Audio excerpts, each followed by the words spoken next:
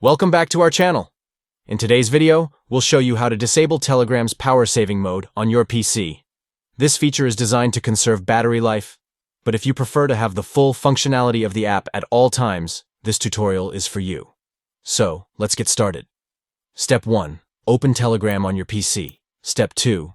Look for the hamburger menu icon at the top left corner of the screen. Click on it to open the menu. Step 3.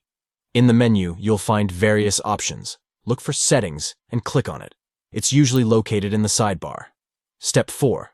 On the next screen, you'll see a list of settings categories. Look for Advanced and click on it. This will take you to the Advanced Settings options. Step 5. Now, click on Manage Local Storage. This will allow you to customize the storage settings for Telegram. Step 6. Here comes the important part. Look for the toggle next to Save Power in Low Battery. By default, it's turned on. To disable the power-saving mode, simply click on the toggle and it will turn gray. And that's it.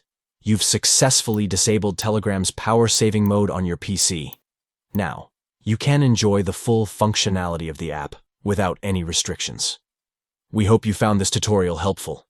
If you did, don't forget to give this video a thumbs up and subscribe to our channel for more useful tips and tricks.